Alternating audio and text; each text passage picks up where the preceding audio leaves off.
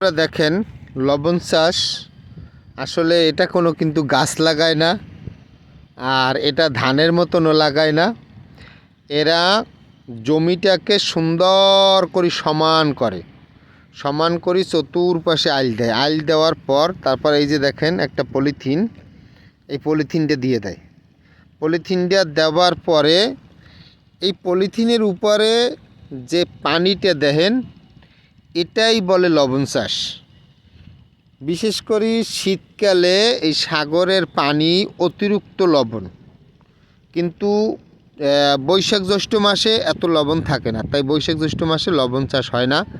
শীতকালে এই পানিটা অতিরিক্ত লবণ থাকে, যে কারণে এই পানিটা এই পলিথিনের উপরে ফালাবে, আর এই পানিটা রোদ্রে বাষ্প হয়ে উড়িয়ে যাবে, লবণটা জমা হবে। আবার পানি ফেলাবে, আবার ওই পানিটা বাষ্প হয়ে উড়িয়ে যাবে রোদ্রে, আবার এখানে লবণটা জমা হবে। এই রকমের এই আইল পর্যন্ত, এই পলিথিন পর্যন্ত না হওয়া পর্যন্ত এরা এখানে এরকম পানি দিতে থাকবে আর লবণ জমা করতে হবে। এই লবণ চাষের সিস্টেমটাই হয়েছে এরকম। দেখেন মানুষ, শত শত মানুষ আমাদের ওদিকে যেরকম ধান চাষ করে এই রকমের এরাও নামি গেছে লবণ চাষ করার জন্য। সবাই জমি রেডি করতেছে, কারণ এখন শীতকাল, তাই এরা লবণ চাষ করবে।